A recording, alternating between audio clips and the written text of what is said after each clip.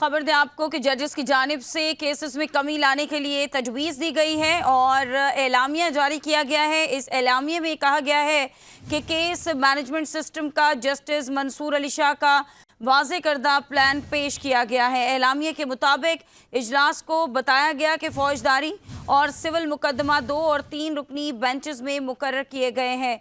एलामिया में यह भी कहा गया है कि मुकदमात मुकर्रर करने का मकसद जल्द फैसले करना था।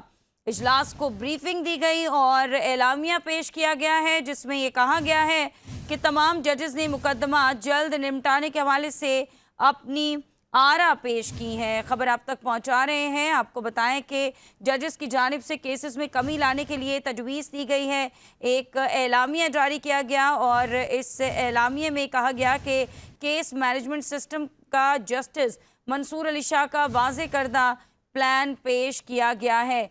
एलामिये में कहा गया है कि इजलास को बताया गया कि फौजदारी और सिविल मुकदमा 2 और 3 रुकनी बेंचेस में मुकर्रर किए गए हैं। ये अहम खबर आप तक पहुंचा रहे हैं। एलामिये में ये भी कहा गया है कि जजेस की जानिब से केसेस में कमी लाने के लिए तजवीज़ दी गई है।